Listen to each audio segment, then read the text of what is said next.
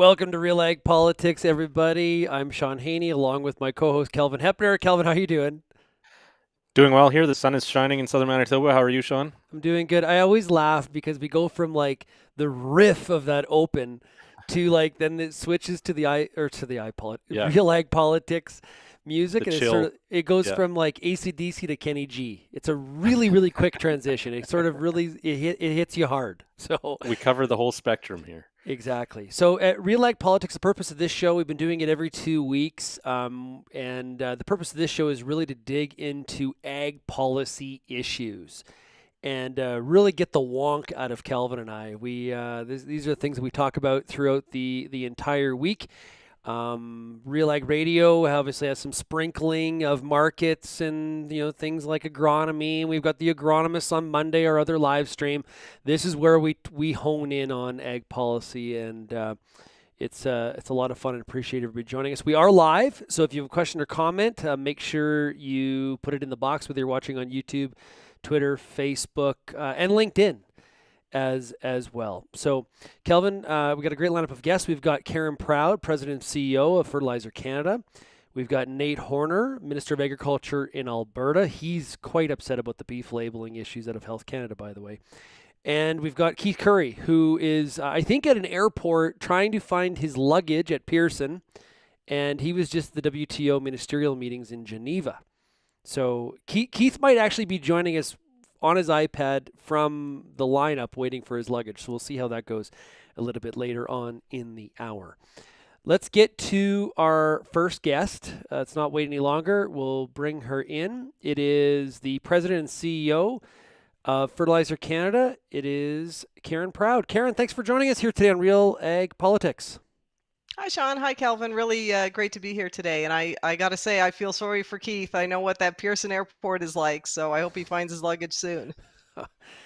Yeah, I've got to fly through there on Sunday. And to be honest, I'm kind of dreading it a little bit. I am not checking a bag. There's no way I'm Smart doing it. move. Karen, there's a number of different topics we want to talk to you about when it comes to fertilizer issues here in Canada. And the first one, of course, is the sanctions. This has been a big issue for the eastern side of the country. We've heard a lot about it from Quebec and Ontario farmers, maritime farmers, about there being sanctions put on fertilizer coming into the country from Russia and Belarus in support of Ukraine. What is Fertilizers Canada's position on this situation? Because it obviously involves product that you're focused in. Yeah, absolutely. At Fertilizer Canada, we have always felt that fertilizers should be treated as a humanitarian product, and that goes way back to every time there's conflicts and sanctions imposed. That's been our position, and that remains the same today. I think it's important to say that we've always supported what the government has done with regards to the war in Ukraine. Anything that the government needs to do to stop the war, we are behind 100%. That said, I think the main issue on the sanctions was likely that the government didn't understand the full impact and the sheer volume of Russian fertilizer that was imported into Canada. You don't normally think about that. I was surprised because we make so much fertilizer here in Canada. I was surprised at the volume that comes in from Russia. And I don't think there was a lot of thought given when this blanket sanction on all Russian product was put in place. And so our position has been that the tariffs on the Russian product should be removed. And certainly if the government is now contemplating doing that, they need to make some decisions soon. We managed to make it through the spring season, trying to source from other countries where possible. But as we start looking towards the fall and 2023, we need decisions now so we know where to put our energies. So is the government still contemplating that, Karen, or where is this process at now in terms of even your lobbying effort? I know there's also been some discussion about payments being made to farmers to potentially offset the increased cost of these sanctions being applied to their fertilizer prices. Has the discussion shifted more to that and how the government will respond, or are they still contemplating actually lifting these sanctions? That's a really good question. I wish I had the answer to it. So there's a few issues at play. So at first, when the tariffs came into place, we had advocated really hard that for any fertilizer that was already in the pipeline, because as these contracts are made months and months before the war even started, and we were asking the government at that time for those shipments that were essentially bought and paid for, there should be no tariffs applied to them, because the tariffs would actually not do anything. The products were purchased, or they were under contract, and they would have to pay for them. That didn't happen. The tariffs continue and continue on now. I think the discussion is what happens moving forward, because people have now sourced all the product, or most of the product needed for this season, this growing season. What are we going to do at the end of the year? And that's where we're really looking at next steps. And I think our position now is Canada needs to align with the rest of the world, and we need a decision today, though, because we can't wait. We can't wait until the fall, as we're scrambling around trying to source product, for the government to take a decision. So I'm hoping that they come forward soon with an answer to that. And to your other question on compensation of farmers, we've heard that the government is looking at this, but we have yet to see any details. The reality is, like you said, the 23 crop is upon us, and we don't need the calendar year to flip to 23 in order for us to start buying fertilizer. Like, traditionally those transactions, well, they could start now. They could, July is usually a time where we start to hear a little bit more about activity on the next year's crop. So time is actually of the essence here. We're still talking about 22, but 23 is going to happen, and the government's got to move. I hope they understand the fact that these years kind of compress, the overlap. It's not just as simple as the calendar year. Well, they do, and each year becomes more and more important. So, we are expecting there is going to be a crisis, because, of course, Ukraine is not getting a crop in the ground, or very little crop. We don't know what the growing season is going to be like yet in other parts of the world. Even in Canada, I know in places such as Manitoba, there's still a lot of areas that haven't been able to seed yet because of all of the water. So as it becomes more and more important for us to grow, our farmers need to be supported in every way possible, and fertilizer is the most important input. So we need to make these decisions, because we have to start planning ahead. Sherilyn Nagel, who is watching on Facebook, says farmers can't grow more without fertilizer. Point that you made, Karen, as well. June buying has been around for years now, so even compressing that even more into the today environment.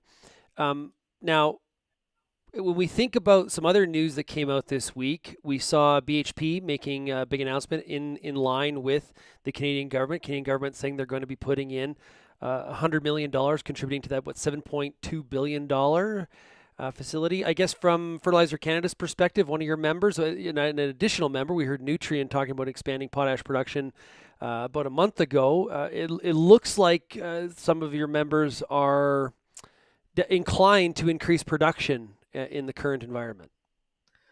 Well, I can say, Shaun, actually all three of our members, so we represent Mosaic, K+S, and Nutrien. Those are all members of Fertilizer Canada. All three of them have announced increases in production. So Nutrien, some months ago, announced a first increase of about 1 million tons. It's now come out, I believe, as early as just yesterday, and has added to that. So it's moving from 15 million tons to potentially 18 million, 15 million being the first announcement, 18 million being the most recent. Mosaic has also announced an increase in production, as has K+S. And I think that's fantastic.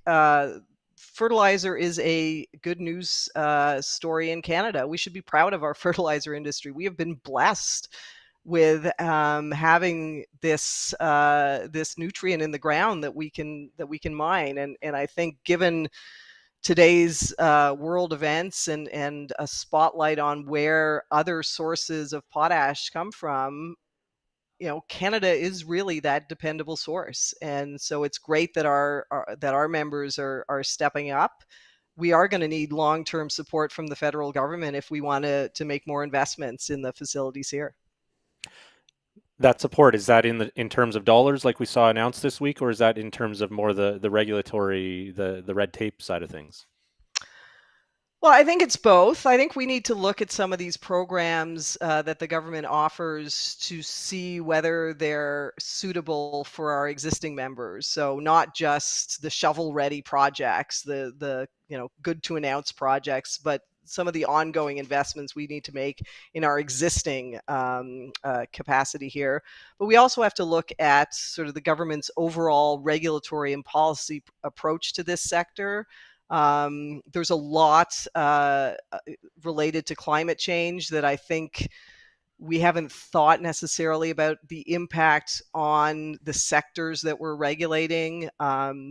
Of course, we all support the government initiatives around the need to address climate change, but I think we also need to identify those sectors, fertilizer being one, where we need to make sure that whatever we're doing, it's not going to deter investment. And I'm not sure we can say that that's where we are right now, but it is something we want to talk to the government about.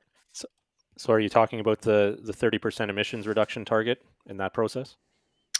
Well, there's that, but there's also the carbon tax and the output-based pricing system and many different initiatives of long acronyms that are highly complex. And I think really our sector often gets lumped into sort of the larger chemistry sector or the larger manufacturing sector. And I think it needs a unique approach because fertilizer really has to be seen as that strategic industry for Canada and for the rest of the world where we can and should really foster the growth of the sector in Canada. So, Karen, when we talked this week at Real Agriculture about the BHP announcement, there were some of our audience upset that, why would fertilizer companies that have had healthy margins, why would they need government money at this time, and what's the accountability of all this? And so I preface this to give you the context to Jeff's question. Jeff watching on Facebook, does Canada's investment mean Canadian farmers get an assured supply at uninflated prices? What are some of the strings that are attached to some of these dollars that are attached to obviously climate change initiatives? Well, that's a good question, and BHP is not a member of Fertilizer Canada at this stage, and I haven't been privy to sort of the conversations that they've had with government about this investment. I know part of the investment is really going to looking at those technologies related to reduced emissions and perhaps additional investments beyond what they would have otherwise made, and the government very much wants to support. I don't know how all of the different programs work, and that's something that we are looking into and want to have the discussions with the government about how our members who have existing facilities and who, by the way, have invested tens of millions of dollars in the last 10 plus years in increasing the sustainability of their processes. So, we want to look into how we can use those investments from the government to help and work as a good partner with the government to meeting those climate change initiatives. But it's not easy, it's not cheap, and it's not quick because there's not always alternatives to what we're doing that can be quickly implemented, especially when you're looking at long-standing facilities. Can you give us an update on where Fertilizer Canada is at in their discussions with the Canadian government on this, the discussion about trying to reduce fertilizer emissions by 30%? Sure. I think we've made a lot of progress. So initially, when the government announced the 30% emissions reduction, it was based on sort of 2020 levels of fertilizer emissions from the use of fertilizer products. And we were very concerned at the time of that announcement because of a number of factors. There had been very little consultation about that number. We didn't really know how the government felt that could be achieved without affecting production and productivity. And so we commissioned some reports and some studies, and we've had some conversations with the government. And they recently, as early as last March, came out with a white paper. And this was something we've been really waiting for, where they outlined a little bit more their thinking, but wanting to launch a series of consultations. And that's really where we are right now, is consulting with the government. They've got some technical working groups going on. We've had a number of discussions. They're soliciting input from stakeholders as to how we might go about achieving this reduction. And what's really promising is Minister Bibeau has come out and she said, even I think as early as last week in the House of Commons, saying that the 30% emissions reduction target was not about reducing fertilizer use. And so that is very, very positive. And the minister has also said that there is no desire to reduce productivity of Canadian farmers. Again, really, really positive messaging. And so I think we're coming to a place where we understand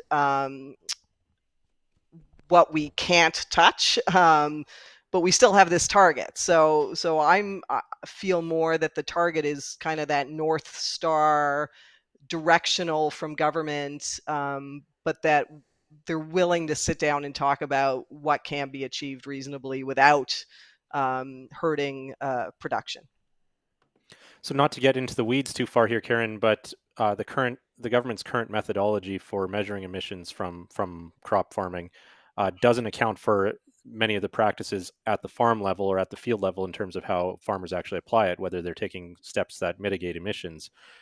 Is the path to reaching that 30% target basically an updating of the methodology on the government's part in terms of how they account for emissions at the farm level, whether they account for those 4R practices? And it sounds like that's a lengthy process. So is that something that can be done on the timeline we need to have it done here to reach this 2030 goal? So that is something that we've been raising with the government, is that the way they measure doesn't take into account 4Rs at all. And we know that if you implement the 4R practices, especially at the more intermediate levels, you are going to see emissions reductions. And we've raised that frequently with the government, that their methodology doesn't address this. And our desire is to work with the government and get some investment in those tools that can more accurately measure emissions, so we can get a better count. Otherwise, we really don't know what we're measuring, and we don't know what we're achieving. And so I don't know how we report at the end of 2030 or in 2030 on what we've achieved. So we're having that conversation now. We're also talking to the minister, and I think the minister really understands now the importance of 4Rs. This isn't just propaganda. I mean, this is a scientifically proven approach, best farm management practices. It's been around for over a decade. We've got lots of studies to show the potential of not just reducing emissions, but increasing productivity. And that's the perfect balance that we want to fit. But it's really, we've been doing a lot of work with farmers and farm groups and the certified crop advisors, but there's only so much we can do without getting that big machine of government behind us to help incentivize farmers to taking up these practices. Well, Karen, thank you so much for joining us here today. I know you are not shy of work to do, and appreciate you shedding some light on some of these very important topics that impact our audience at Real Agriculture. So thank you so much. Thank you so much for having me. Thanks, Karen. Okay. Well, Kelvin, first guess, we're done that part of the conversation. We're now going to go, Karen phrased it as the big machine of government. Well, that big machine of government is up to something else, which involves the labeling of meat products, which is, I don't know, what is the way to put it? Has everybody really flustered up? There's a lot of concern. We're seeing a lot of this in the mainstream as well. I still can't get an answer to the why, like a straight answer on the why is Health Canada doing this, attempting to do front of package labeling in terms of the saturated fat content of ground meat as a chicken producer, you've got to be a little stirred up about this. Yeah, I'm not sure. I guess chicken isn't often consumed or isn't as commonly consumed in ground form as beef and pork, even to some extent. So I think it's more on the beef and pork side of things that there is this concern about this saturated fat label. But yeah, again, Canada, just like with fertilizer sanctions, Canada, the only country labeling or proposing to label saturated fats, putting this warning label on single ingredient ground meat. Yeah, sometimes you got to blaze your own trail. And sometimes you just got to sort of look around you and say, why are we the only people doing this? And there's numerous examples. So yesterday, I was able to have a conversation with Mr. Nate Horner. He's the Minister of Agriculture and Forestry in Alberta. We chatted about this very topic. I also asked him about the FPT meetings that are coming up. I'm going to play you all that discussion here right now. Keep the comments coming. Love it. And I'll put some of the comments up if we get them during the video here. So here is Minister Nate Horner from Alberta.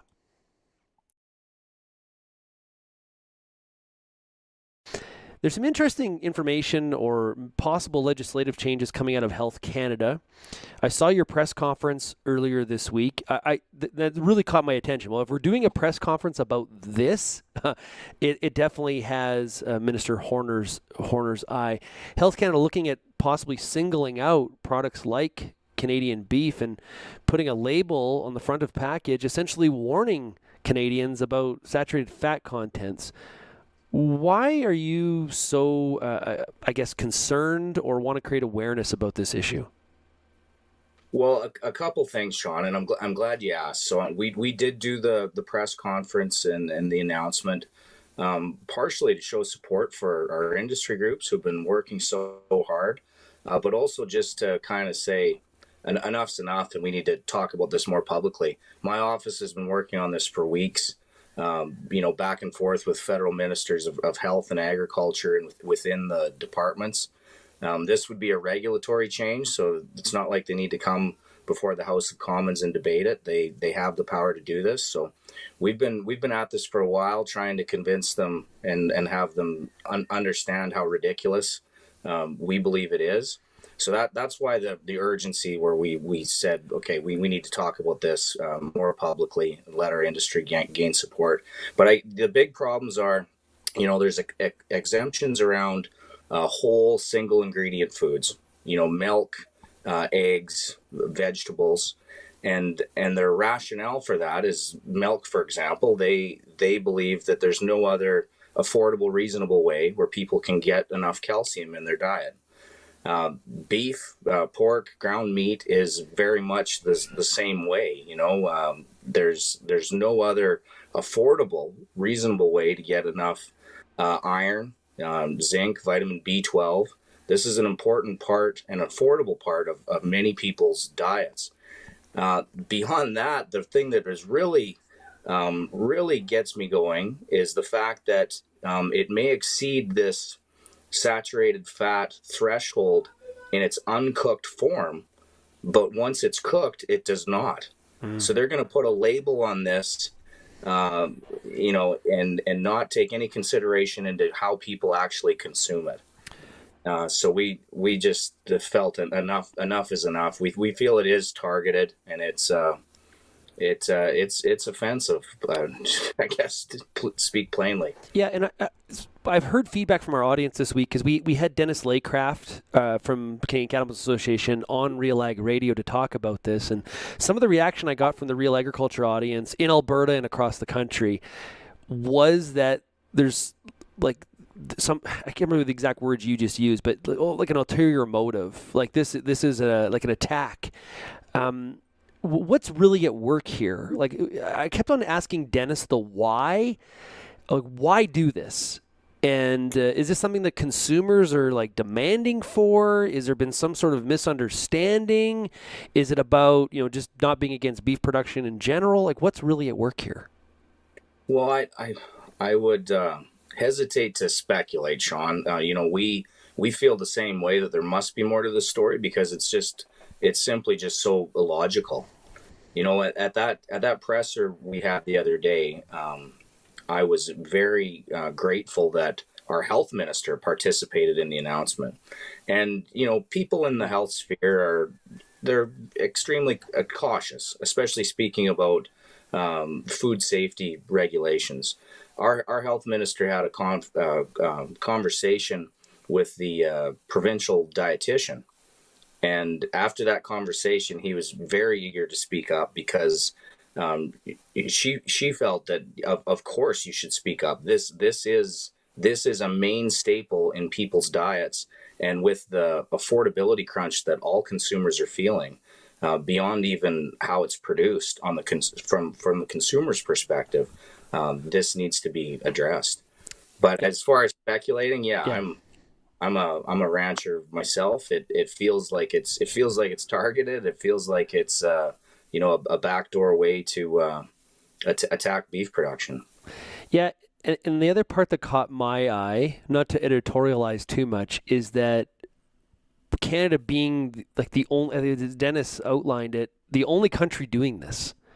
So it's not like there's hey, look, other people are doing this, and we should follow and be a part of this pack that's trying to fight saturated fat levels.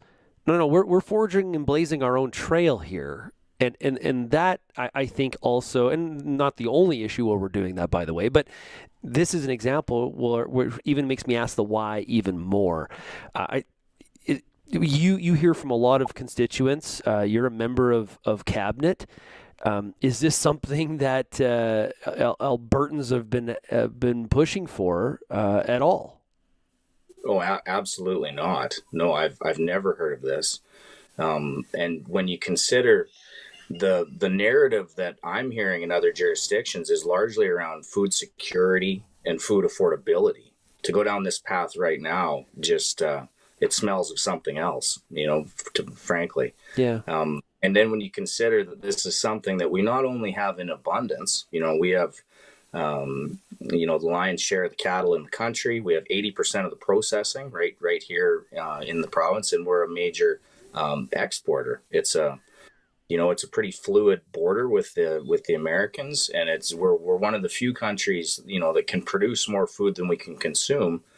Cattle and beef, pork are part of that. Now we're going to forge ahead and label our own product that we're actively trying to seek new markets for and be an exporter of to help feed the world. Yeah. And makes you shake your head. The Americans have already mentioned that this is possibly a trade irritant, according to CCA. The irony is that in the U.S. market, Canada is fighting against mandatory country of origin labeling because of some of the challenges that extra labeling, like how that pushes costs into the system, increases lack of competitiveness. And then you have this because at the end of the day, if those food companies, those packers have to meet these labeling standards, where do those costs get pushed down to? That's the producer, and those are the people you're representing as the minister. That you're going to be hearing lots of bark about that one. Definitely, and we already have some discrepancies and some concerns about where the money's going in the value chain. That's a well-known conversation that's being had all over North America. But it will come down to the consumer too. What choices are they being forced to make in the grocery store? Where will it push their dollars? How much will they be willing to pay for different products? So it's more questions than answers. I said earlier this week on RealAg Radio that I felt that the beef industry, if you look at the mainstream, this is getting a lot of attention in the mainstream media. It feels like the PR battle is being won. There's a lot more people speaking out against this than for it.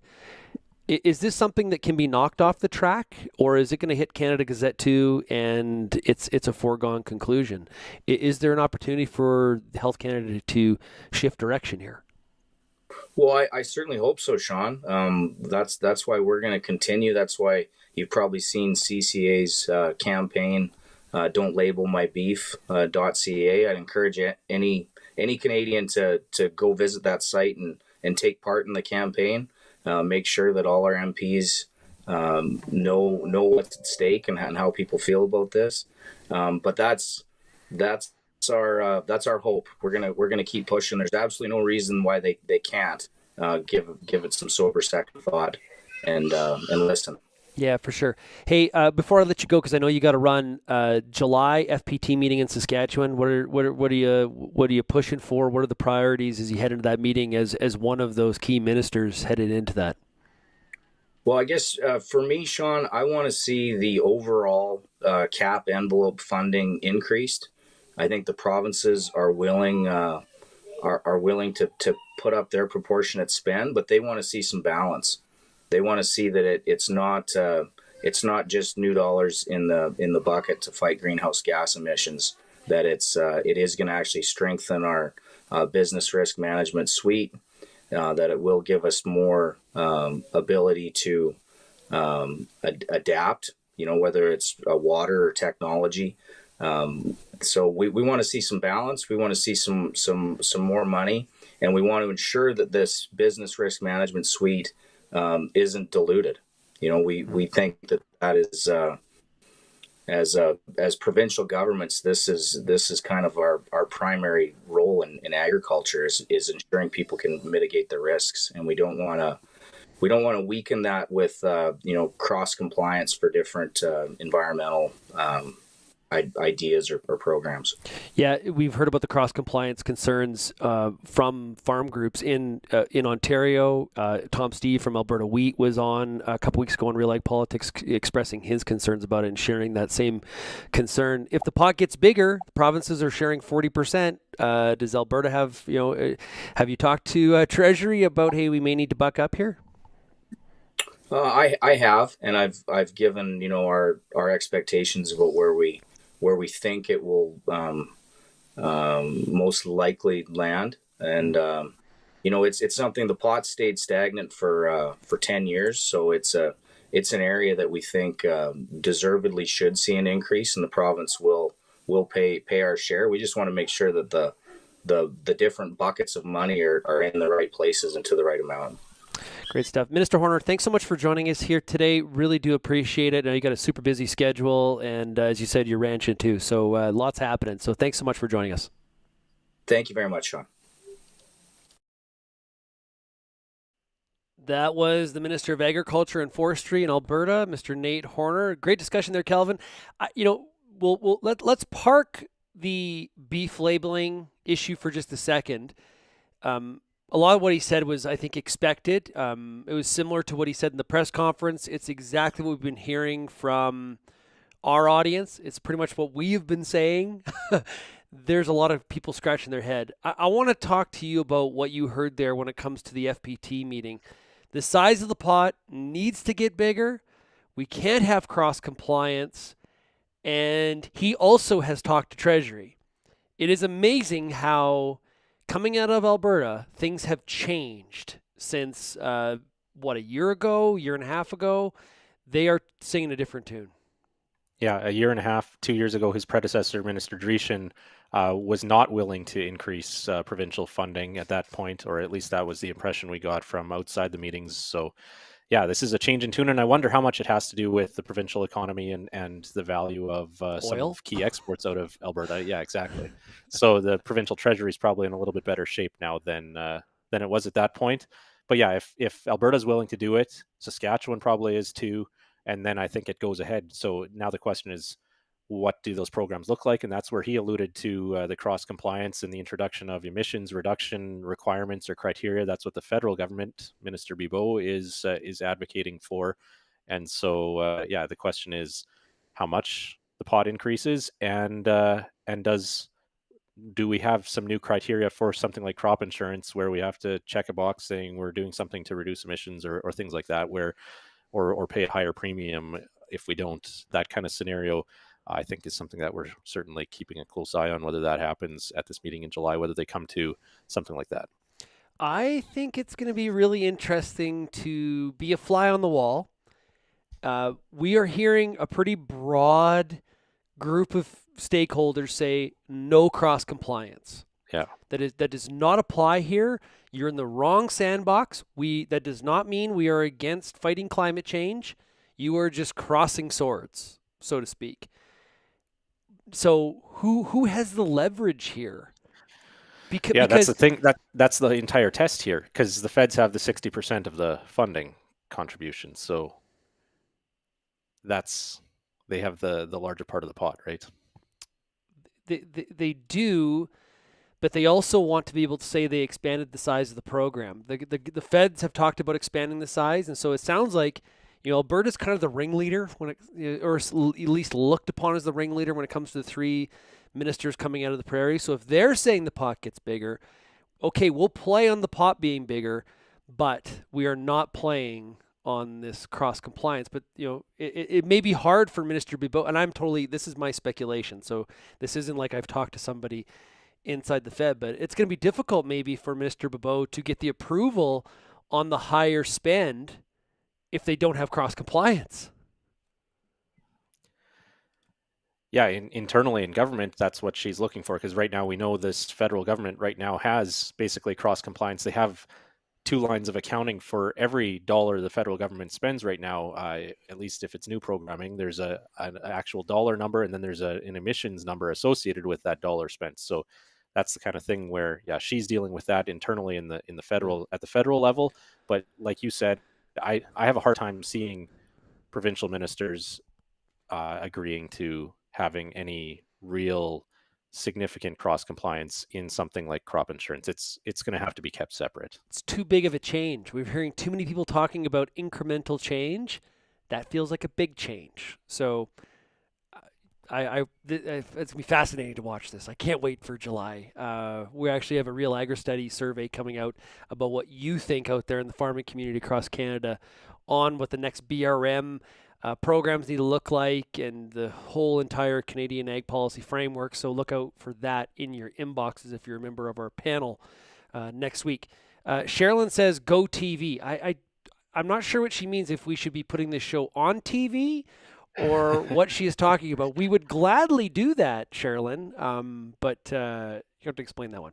Okay, let's bring in our last guest. And let me tell you, I think it's get out the vote. Yeah. Sorry, just to What's get that? out the vote. I think it's get out the vote, referring to Jeff's comment about an election year and Okay, maybe some of Minister Horner's comments. there you go. Okay, that makes way more sense than what I was talking about. At least that's the one I'm familiar with. It's possible I'm too old to understand Sherilyn's a young lingo too. Great stuff. It could be one of those things. Yeah, she says get out to vote. Okay, there you go. Okay, so we're committed to this program.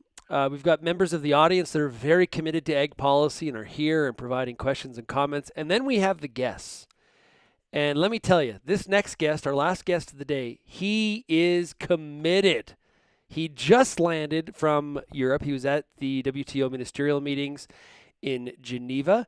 And I don't know if he actually found his luggage or what's going on, but it looks like Keith Currie from the CFA, who is with us right now, has made it to his vehicle. Welcome, Keith. Hello, guys, and it's funny listening to you talk about you're too old. Then I look at myself and think, well, I'm way too old. Yeah, there you go. Hey, Keith, you're really quiet. You're really quiet for some reason. We're going to try to get you to, not sure why, fiddle with that a little bit. Is this a little better? Yeah, it's still kind of Is quiet. that a little better? Yeah, it's kind of quiet. Well, I can switch mics if you can't hear me. I can try and switch to another headset. Or maybe just talk. Are you in? Does your iPad have a speaker on? Maybe just go without the headset. Let me try that. Just give Okay. me a sec here to shut her off. Yeah, Jason in the audience says he's still a little low. So this is the joys of life. How's that? Oh, Keith, better? that That's is better. massively better. Okay, Keith, did you find your luggage? No, it's somewhere in the Oh. Montreal airport still, so which I kind of expected. It was a bit of a crazy day. I started out in Geneva about 1 a.m. My time, Eastern Standard Time, yesterday, and I've yet to been able to shut my eyes. So it's been a long couple of days. I bet. Well, I appreciate you making some time for us, Keith. It's great. Okay, let's get to it. You were over in Geneva at those WTO ministerial meetings. What's your big takeaway? Is there anything that really you're going to come back with that agriculture is positive or negatively impacted? Well, I think if you set lofty expectations around WTO conversations, then you're really setting yourself up for failure. And I think really what overall all ministers were looking for, all countries were looking for, was some progress. And certainly, with what's going on in Ukraine right now, food security was top of mind for every country there, both their own security and fostering the need to help other countries, and that led into the export conversation, both from protecting domestic supply without having an export market that wouldn't hurt domestic supplies around the world. So those were a couple of the real key things that they were focusing on. They did see some progress on the domestic on the export side, nothing substantial. They did come out with a statement on food security and an agreement around really working towards greater improvement on export marketing, which I think everybody's looking for. Nothing that you can say we did this, but a genuine desire to move forward on how we can get around some of these tariff barriers that get put in place, or just general responsible exporting. And of course, there was a lot of conversations on the World Food Program, a way to help raise up some of the developing countries and help them out. But at the end, they weren't able to come to any kind of agreement. There was a couple of countries really stood fast on this that were looking out for themselves more than anybody else, and so they just didn't come to an agreement on that. And certainly, I think we were excited as CFA going into the talks, because the week before the WTO's, we were over in Budapest, Hungary, for the World Farm Organization annual general assembly, and a statement was unanimously supported there about both food security, but also trade. And the wonderful thing that, from a Canadian perspective, that came out of that statement was actual literal text supporting supply management.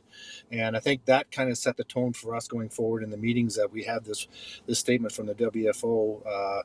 So when we went into the meetings around WTO, we could really amplify that message about protecting supply management and that domestic support. So they were encouraged at the end of the day. I know it took a couple of all-night sessions to get to where they were, and I think they were encouraged in general on where they're going. But to say there was something really substantial, I'd say it's in the works still. What about on the WTO reform front, Keith? Canada, of course, as kind of a middle power nation, but heavily reliant on exports, we kind of need a referee in global trade, and WTO has been that in the past. If you look at country of origin labeling as an example, a very slow to respond referee, but nonetheless helped Canada's case there when Canada wouldn't have had leverage otherwise. Where are things at in terms of reforming the WTO and that dispute resolution process discussion that happened there around that topic? Well, certainly, I think that was a big part of the whole export conversation that was going on by everybody, and so concrete movement forward on the dispute resolution didn't exactly happen, but there was little tidbits here and there where they were able to, come to agreement on and find a way that they can move this ball up the hill, somewhere down the road. They did agree that they're going to meet again next year. Typically, these meetings are every other year. A lot of logistics involved in putting this on, a lot of expense. But they've agreed to go ahead, I think, towards the end of next year, and then again in probably March or April of 2024. So a couple of back-to-back sessions, fairly close together. But as I say, they were encouraged in general about the agriculture text overall. And certainly the dispute resolution did come up quite often. But there wasn't really a solid, concrete movement on how we get to that. But at least they're talking. Keith, earlier this week we had Greg Northey with Pulse Canada, also with Vice President of CAFTA, was on RealAg Radio. And one of the things that he talked about that happens at these meetings is that you're there as a resource to your own government and trade officials to provide information and to support them when there's things that are inside your vertical. But you're also have the ability to meet with other agriculturally focused organizations in other countries that we're doing trade with. How were some of those discussions with other countries from CFA's perspective? Did you talk to European groups? Did you talk to the Americans? What were some of those discussions like? Yeah, and really that's the whole premise behind everyone attending these meetings are the side meetings. We don't get into the minister meetings themselves, but certainly having discussions with a number of groups. We were in with Japan, we were in with European Union, with Norway. We met with the USA. There were several other groups, and lots of times we'd be out for supper at night, and there'd be representation, maybe a single or other representations from other groups there. And that also took place when we were in Budapest as well under WFO, because some of the same farm group reps were at both meetings. So the sidebar conversations on where these things are going, and certainly what is a little bit frustrating at times for, as we all know in agriculture, these when the ministers get together, it then becomes a political battle, and basically we go into these meetings. For example, we had an excellent meeting right off the bat with Minister Ng and her staff and the AFC staff, and she was very receptive, and she basically just listened and wrote down what we were talking about, what we wanted to see from the Canadian agriculture perspective, and certainly she asked some very pertinent questions about how she would go about defending what we were looking for, and it was a very good, healthy conversation. So we were quite happy with that, so that she had some ammunition going in. But then if we talk to our other counterparts, then we can have some sort of form alliances that they can go to their government and say, look, our farm groups are there, so you can move forward on this. Keith, are you driving right now and getting pulled over? I hope you're stopped at the side of the road. No, I stopped on the side of the road. Yeah, I needed to break. I need to find something. I had to go get a Kit Kat so I get enough energy to keep my eyes open through this. So. Oh, okay, Keith. So maybe those guys have your luggage, Keith. Yeah, maybe they have your luggage. Yes. Keith. Racing to bring it. Keith. Okay, so pull back the curtain here. When Minister Ng asked what are the priorities, what were they? Well, certainly from a supply management standpoint, give no more, no more access. And, in conversations with government since CUSMA, they've been at least saying the right things about standing behind supply management. And she was really engaged in the conversations around support for domestic support going forward, and reinvesting into further value added manufacturing and business risk management programs and things like that, so that you really are making a vibrant agriculture industry back home, and then making sure that we get the right type of export deals going forward, so that we can get our products out to where they need to go. So those were a couple of the real key ones that we were looking at. I should also mention, I forgot to say this off the top, and I feel bad. I apologize to my aquaculture friends, but there was some significant move on fisheries. I saw that as well. Yeah, so and that we talked about making sure that that Canadian aquaculture was not only protected but promoted, and so that was another small win out of the conference as well. You mentioned, Keith, you met with some Americans at the meeting the last few years. Of course, the U.S. hasn't had the highest view politically of the WTO. Where are the Americans at now on coming out of this meeting and in terms of their interaction this week in Geneva? Well, they did introduce some text. I believe it was Tuesday. There was really the agriculture aspect of the meetings were getting quite stagnant. There was just a lot of push and pull, and nobody wanted to give, and so they did introduce some text within the agriculture framework part of it that sparked conversation. The text didn't get adopted, but it sparked conversation, and I think it really helped to foster those conversations going forward to lead to the optimism, not necessarily to have any results for this year, but certainly that things that they can build on and work on for MC13 as we go forward. So that was good. And of course, the U.S. is about export. They're a big export nation, obviously, and they want to make sure that their domestic supply is preserved, but also they have more opportunities for their farmers and get access to new markets while doing what they do best. And certainly, underlying that's the tack they take all the time, and good for them. I mean, they're looking after their farmers. But I think one of the key conversations we had with a lot of different farm groups in particular, was about how do we deal with going forward the green box programs, and how do we make them fair and even across the board, and even the amber and the blue box came into the conversations as well. And certainly the green box programs are something I think Canada needs to take a look at doing better.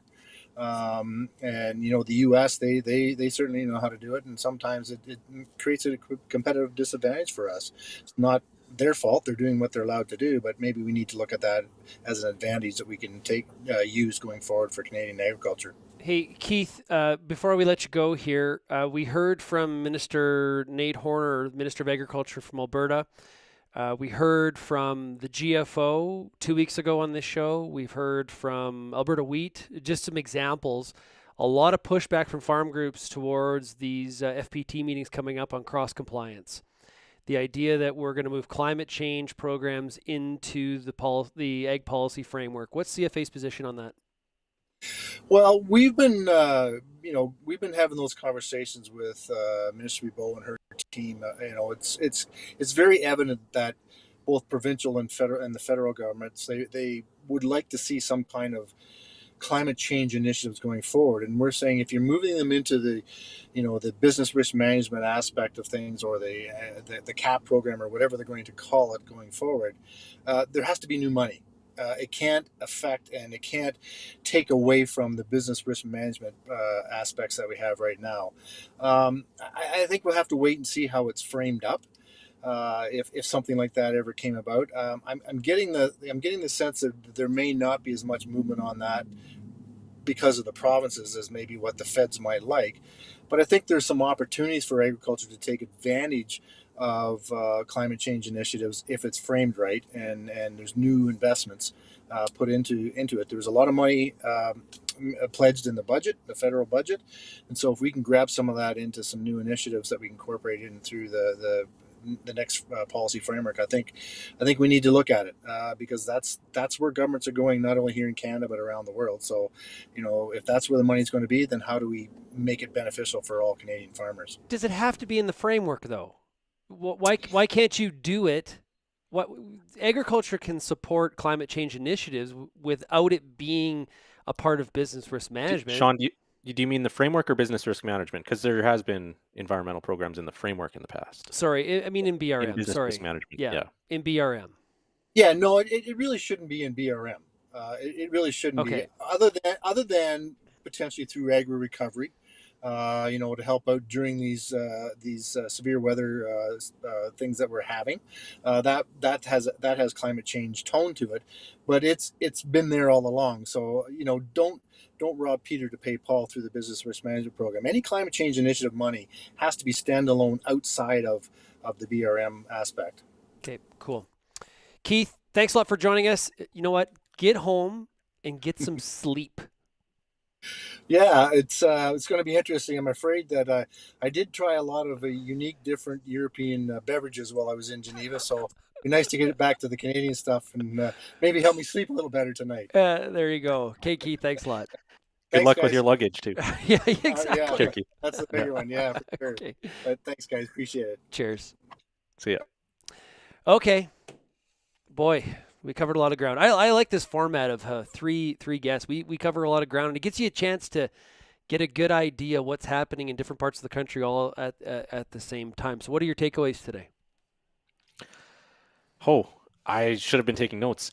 I guess from Keith, it sounds like kind of a little bit of movement at WTO, but not a whole lot. And certainly comments again that he made at the end regarding FPT and where things are headed with business risk management. I think it very much echoes what we heard on our last RealAg Politics show from Tom Steve in Alberta and Deb Conlon in Ontario, and reiterating our comments after listening to Nate Horner as well, Minister Horner in Alberta, that there's a lot of pushback. Really, it's only Minister Bebeau pushing for, and the federal government pushing for these cross-compliance aspects to BRM. So whether that can move ahead or not, to me, it looks like it likely can't, but we will have to see. I don't know. Fertilizer-wise, certainly, the stuff about environmental programs and some progress there, I think, is probably good news for Canadian agriculture and for farmers that Karen Proud from Fertilizer Canada said they feel like they are making progress in terms of the government listening and better understanding some of the concerns to the original announcement made almost 2 years ago now about this 30% emissions reduction target and some of the other environmental goals that affect fertilizer production. But yeah, still not at the finish line there in terms of what Canadian agriculture, what would be best for Canadian ag either. I guess all of these issues were kind of not at the finish line. Yeah, and I'll be honest, I didn't have my thought, like my head in the space of they've got to make a decision here soon on the sanctions as it applies to the 23 crop. Yeah, my head's been in the past. I sort of forgot about going forward here. That was sort of a takeaway for me. And that was one question I forgot to ask Karen.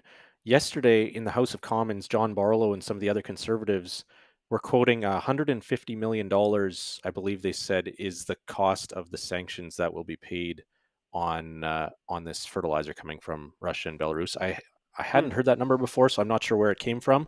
Maybe, I'm not sure. I don't want to speculate on where it came from, but that's $150 million out of farmers' pockets, ultimately, going to the federal government that has had no effect on Russia because this fertilizer was bought prior to the war starting. So that's 150. That's a large figure when you're looking at overall impact, and that's mainly on farmers in Ontario and Quebec, Eastern Canada, and Central Canada.